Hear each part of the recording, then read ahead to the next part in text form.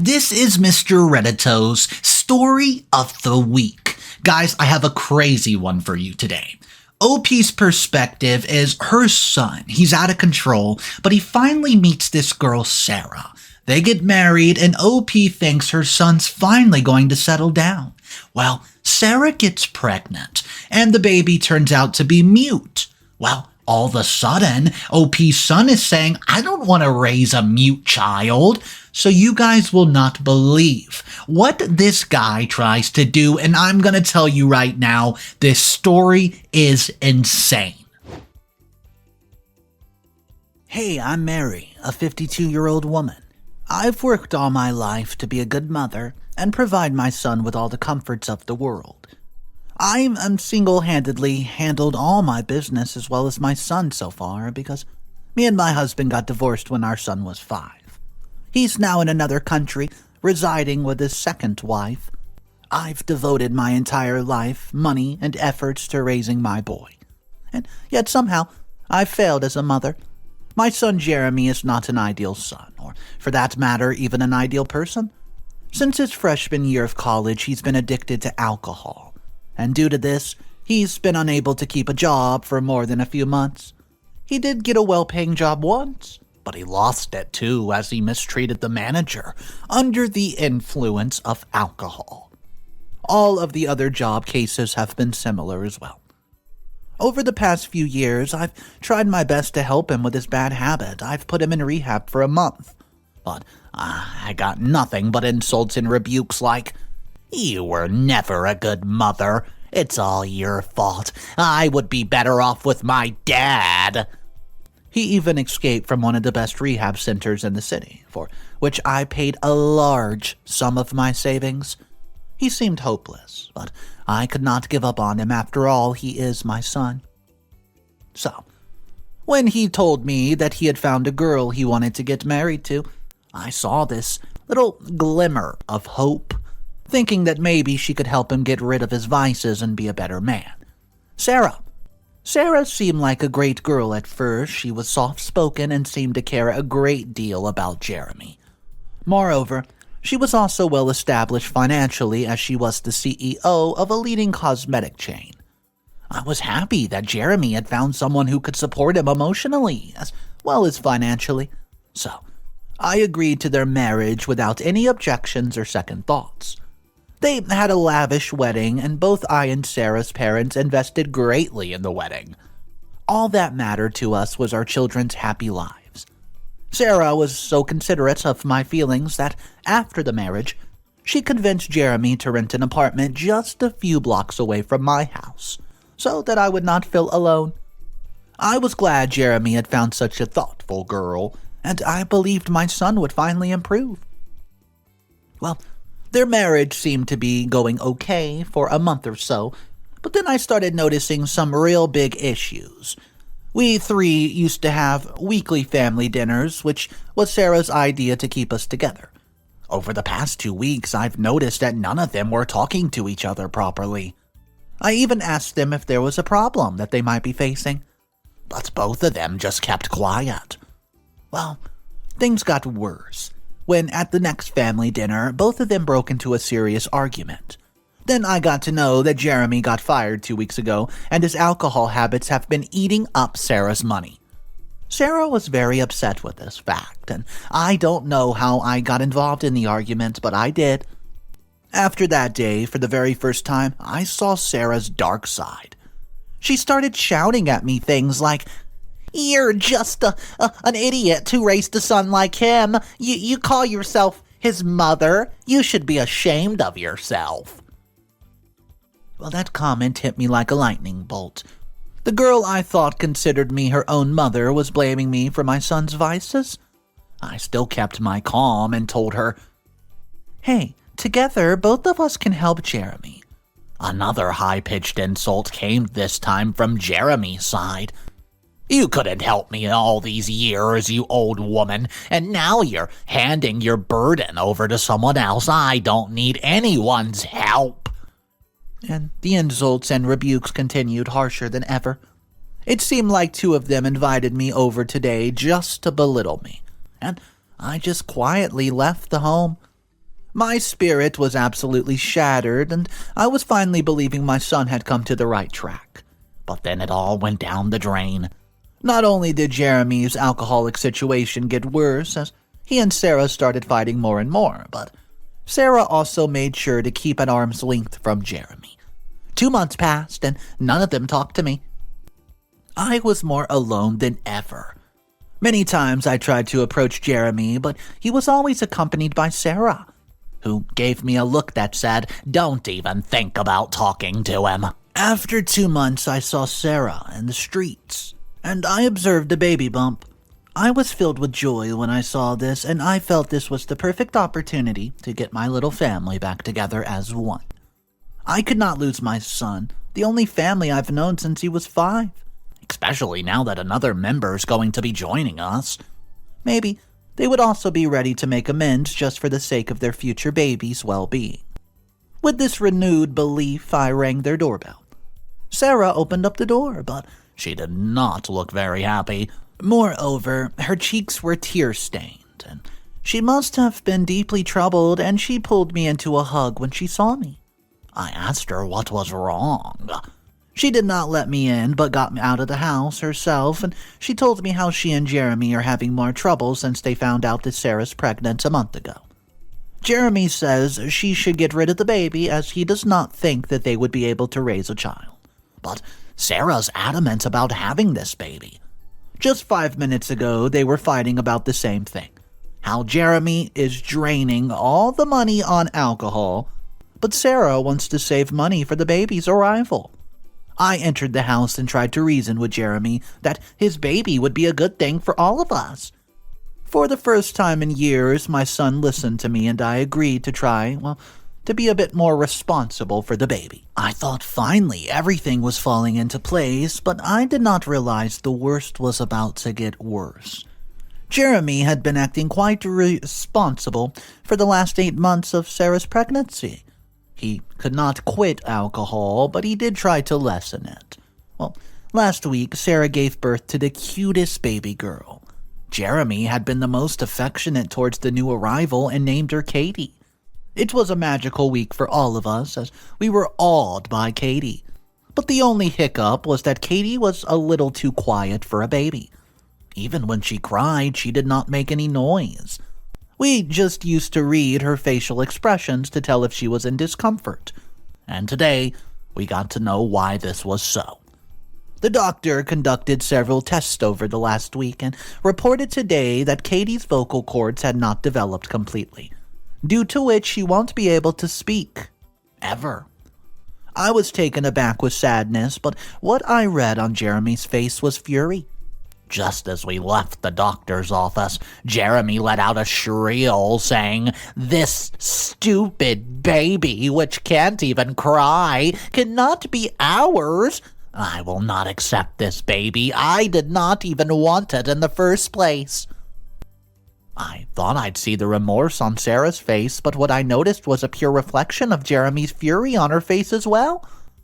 "So what do you think? You'll leave this burden of a kid with me? Don't even think about it." "So, what should we do, Sarah?" Sarah said with a sly smile. "Let's just finish it before it becomes a bigger trouble."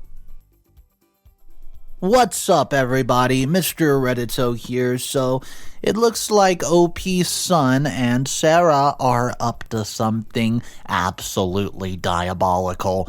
We do have multiple updates for this story, so it might not go how you expect it to go. If you guys are new to the channel, I post stories every single day, so hit that subscribe button. Let's go ahead and jump directly into update number 1 out of 3. Sorry everyone for leaving the post in the middle, but here's an update on exactly what happened next. I could not believe a mother could have such an evil intentions for her baby. Just because Katie will not be able to speak, Sarah is talking about killing the life that she brought on Earth just a week ago. I was too stunned to even speak. Jeremy spoke instead with a bit of hesitation yet determination and said, "Well, how exactly can we do it?" I could not believe that the son I've dedicated my whole life to was ready to hurt his own baby girl, on whom he had spent all his love in the last week and for whom he had tried to improve.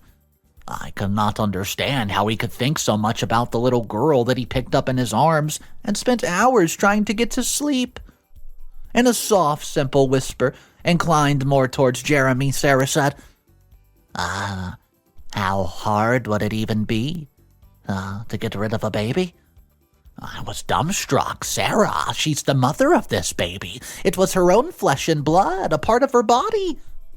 Some days ago, this little girl did not even exist outside of her mother, and today her mother was talking about doing this? It would have been better if she had gotten rid of the baby before it was born, rather than bringing her to this world and now thinking of doing it after? I could not process this. I just looked at Katie in my arms, smiling at me, oblivious to what was happening around her. I won't let them do this. Who? This baby? She's an innocent little angel. And finally I spoke up and said, you can't hurt this little miracle of God. I won't let you do it. Sarah reverted curtly. So, what should we do? Bear this stupid kid. She had an expression of disgust on her face when she said stupid kid. You can't end her life just because she can't speak. I'm sure we can help her together. I tried to reason with the people who had a resolute determination to abandon this baby, even if it meant hurting her. Don't you get it, Mom? I don't even want a kid, let alone a mute kid. I will in no way pay for her to embarrass me for life. For life! It would be better if we finished her off here for everyone's sake. Sarah agreed with him, saying, Yes, what would happen when the media came to know that I, Sarah Williams, gave birth to a dumb, mute kid? Do you know what that'll do to my reputation? Oh, Sarah, leave your reputation. We don't even have the money to spend on this stupid little piece of crap. Now, I could not take it any further. I lost my calm. I said, Are you people even human? All you care about is your reputation and your money? Don't you realize that you two made this kid and you have to take responsibility for it? If you care so much about this dumb kid, then you keep her. And yes, don't expect a single penny from us for this burden, Mother. I made the decision right then and there. If keeping this baby saves her life, then I will keep her and raise her better than I've raised her by her own father. I'm ready for all the troubles that might come my way. But from now on, this baby will be my priority. Her safety will be my foremost concern. And if that means going against her parents and saving her life, then so be it. So, I told them word for word, if you're not ready to accept this baby, I will raise her. But I will not let anyone harm as much as a hair on her head. Jeremy laughed at this and told me, happy motherhood once again, Mother.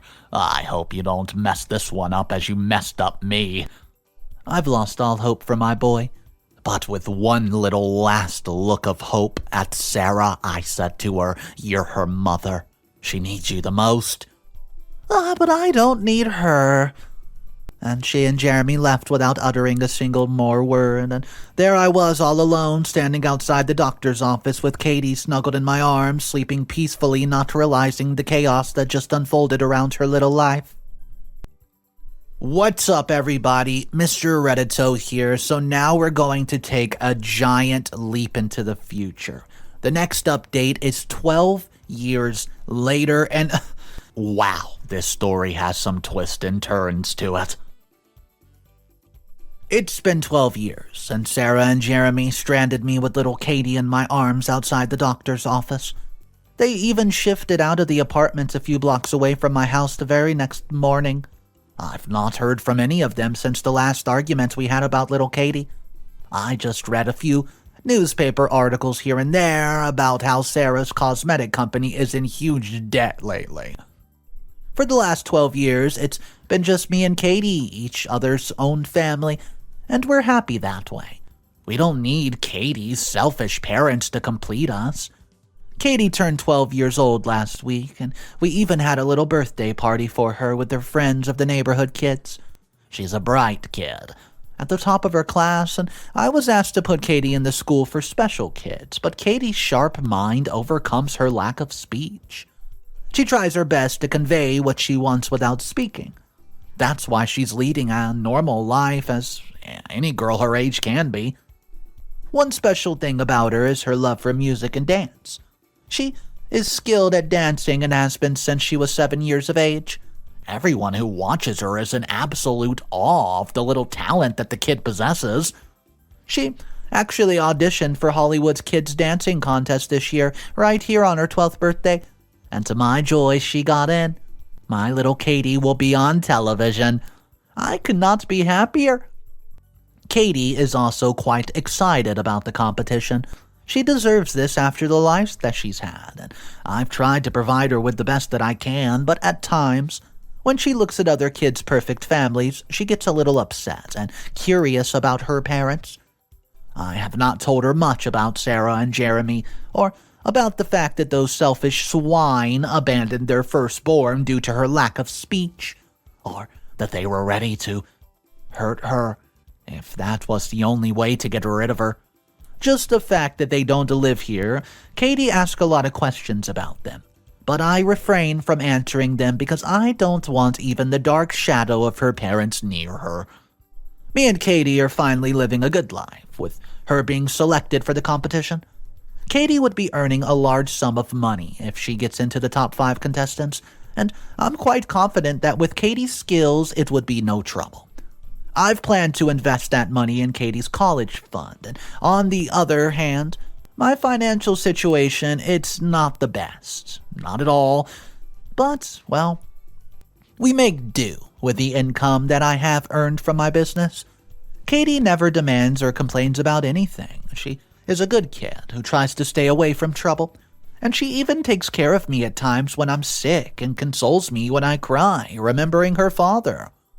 Yesterday, some media people approached us for an interview session with Katie, as she was the first kid of her kind to be participating in such a huge national-level contest. I was also asked to sit in on the interview and help them understand what Katie was trying to say. It was a live interview that was broadcasted at the same time as it was recorded. Katie did well. She swiftly answered the questions directed at her with my help. Even the reporters were impressed with how fluently she could convey what was on her mind without even using words. Update number 3. Hey guys, I have a pretty bad update for you. So, thank you all for the support and love for my grandbaby. We were happy until a week ago one morning when the doorbell rang. When I opened the door, I saw Sarah and Jeremy standing there with smiles on their faces, and Jeremy looked older for his age. Sarah also looked a bit older than the last time I remembered. The youthful glow on her face was replaced by fine lines, but her face was not as bad as Jeremy's. He looked like he had aged 30 years in the last decade. But the sight of them on my doorstep did not bring any motherly feelings out, but only contempt for them. I asked curiously, "What are you doing here?" "Oh, well, we're here to get our daughter back." I could not believe my ears. All these years, they did not even try to contact me or know if their kid was alright or even alive, and now, all of a sudden, they want Katie back in their lives, huh? It's been a week since they showed up at my doorstep completely out of the blue, telling me that they want their daughter back. So, we immediately get into this huge argument, and Sarah starts crying and told me that soon after they left, they realized what a giant mistake that they've made and did not return just because they were ashamed of their actions. She told me that they missed Katie a lot, and when they watched us on television last night, they could not just control themselves and came straight to our house without even thinking. Even Jeremy agreed with her, telling me how sorry he was for treating me and Katie like that, but now both of them want to be a part of Katie's life. I was pretty skeptical, to be honest, at first for this behavior, but after they told me how much it would mean to them if they could just be around Katie for some time and get to know her, I thought about it, and I realized that yes, it would make Katie's life even more normal if she had a normal family like her friends. So then she would not feel upset about something she lacks. So, overcome with emotions and concern for Katie, I allowed them into my house along with a second chance and renewed belief that they regretted their decision. But I did not introduce them to Katie as her parents, but just as my old friends, because I did not want her to be, befuddled by such a big piece of information. They were all right with it. They told me that even they did not want to trouble Katie all of a sudden with such big news, especially when all her focus should be on the dance competition. So, we were taking it slow, and they had been living with us for the past week. Katie, she was doing well in the competition, and she now entered the top 10 contestants, and even Sarah and Jeremy went with me to cheer on Katie for her performance. Katie had started liking their presence, and I believed everything was for the best. I had started believing that they truly had good intentions in mind, and I was glad that, as the saying goes, better late than never. So it was good that Katie finally had her parents in her life after spending so many years being upset about not having them. But I could not have been more wrong. People like Sarah and Jeremy could not think about anyone but themselves. I was just an emotional fool to forgive them and take them back into my life when I should not even be allowing her to see near Katie.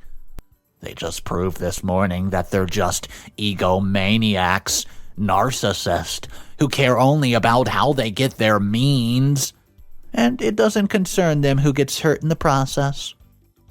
This morning, when I was going to the guest room to call them for breakfast, I overheard Sarah shouting at Jeremy, "How much longer do I have to bear your mother and that dumb kid, Jeremy?"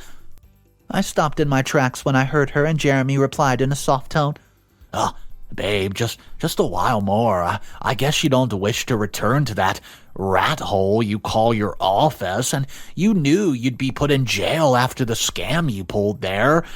Anyways, don't you want the money?" Sarah was a bit calm, and she said, "Of course I want the money. What else do you think I'm here for? To bond with that little piece of crap?"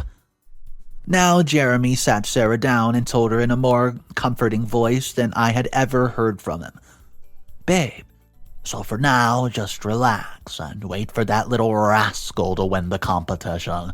And then, when she gets the money, we'll take it and leave within no time, babe." "What if she doesn't win?" Don't worry about that. She will. Charity cases like her always win." Of course, they were here for their selfish intentions. What a fool I was to believe that they finally realized their mistake they made when they abandoned Katie in my arms outside the doctor's office 12 years ago. At that moment, I decided to show them their right place, which was to be first kicked out of my house and out of Katie's life forever, and second, what did Jeremy say about Sarah's possibility of going to jail? I hurried away from their door and searched their internet for information about Sarah Williams. When I went through a few articles, I found out that Sarah and Jeremy had carried out this huge scam on a bank in another state, due to which the police were actually searching for them. This is just the type of information I need to send them out of my house and out of Katie's life forever, so I called the police. And in the meantime, I went to confront them. I called them out so that we could have a conversation, and once inside, they were like these other people. Calm, quiet, smiling innocently, like they were not these scheming devils who wanted to use their daughter for selfish reasons after abandoning her 12 years ago. I gave them a last chance. To be honest, I asked Sarah, "Tell me, Sarah, why are you here?" Why are you asking such silly questions? We told you we missed you and Katie, and we wanted to be with you guys. You have deceived me once, Sarah, and I will not let it happen again. Such selfish, evil people would not even be allowed to have my kids anywhere near them. But I'm happy both of you had Katie because she's been a better daughter to me in the past 12 years than Jeremy ever was for his entire existence. She's the only person I need in my, family. And I will not let fools like you harm my little girl. What are you talking about, Mother? Drop the act. I know why you're here. And let me tell you, you guys won't be getting even a single penny from me or little Katie. So the old woman isn't as slow as we took her to be, Jeremy. So yes, we're here for the money. What are you going to do? Torment us with your tears and self-righteous talk? Yes, Mother. It's not like you could stop us. I mean, no matter how stupid that girl is, after all, we're biologically her parents. We have every single legal right to her and the money that she wins. At the very least, you owe us this money for not letting us get rid of that little burden when she was young. And just at that point, Katie had come out of her room. I got worried. I did not wish her to witness this, and I did not want her to hear the harsh words that her, parents said. But it turns out I was too late to protect her from the harshness of her biological parents, as she heard everything and had tears forming in her eyes. I told her, Katie, sweetie, go inside your room. I'll be right there. But she gestured to me and said that it was all right. Sarah smiled when she saw Katie. Oh, hey, sweetie, I'm your mother. I'm sure your grandmother here must have skipped that little detail because she's getting old. And there's your father, she said, pointing to Jeremy. We're here to take you with us to a better place, but of course you could finish your little contest first. Katie did not say a word, but she just walked back towards me and told me with her signs that she did not want to leave me. She was very scared, and I told her, you're not going anywhere, darling. And just at that moment, like clockwork, the police knocked at the door. It was so satisfying to see the color drain out of both Sarah and Jeremy's face. Sarah retorted loudly, you stupid old witch. You called the police on us? It's high time that both you pay for your sins, and I gestured to the policeman that these were the ones that they wanted. And one last desperate request, Sarah cried, Katie, we are your parents. Please save us. Everyone, even the police, stopped at their places and looked at Katie, who rushed to the nearest cupboard and started writing on a page. And when she held that page up, it read, Such stupid people can't be my parents. With this, she went back to her room. I asked the policeman to take Sarah and Jeremy both away. It's been a year since all that chaos unfolded right here in my living room. Sarah and Jeremy are still in prison, and they have about 2 years left on their sentence. They finally got what they deserved, a rat hole, like a prison for rats like them. Katie she won the contest. And guess what I did with the money? I put all of it into her college fund. She turns 13 this year and is in grade 8. She's flourishing better than before. After the incident, she never asked me again about her parents or told me that she wanted a normal family. For her, I was both her mom and dad, and she was more than satisfied with it. And for me, she was my whole little world. And all that mattered to me was her safety and happiness. It's over. I wish there was a way to get these people thrown in prison for longer than 3 years. I just want to give a shout out, though, to Kate. She is a very smart 13-year-old. She could even realize how bad her parents were, even though we figured out during the story that she was just basically begging for her parents to be in her life. But once she realized how bad and toxic they were, she didn't even want them involved, and all she wanted was OP. But I have to say, OP is the hero of the story for taking in that little baby girl, because who knows what would have happened if they were left with Sarah and OP's absolute disastrous son. Guys, I do want to hear your thoughts about this story, what you would have done if you were in OP's position, so go ahead, drop your comments down below. I'll tell you right now, the comment section was absolutely ripping Jeremy and Sarah to pieces, calling them useless, how could you hurt a little baby, all sorts of things, but I do want to hear your perspective. If you guys are new to the channel, my name's Mr. Reddito. I narrate stories every single day, so I hope to join you guys tomorrow. Stop on by, see what stories we're doing. Have a fantastic day, and remember, it's cool to be kind. See ya!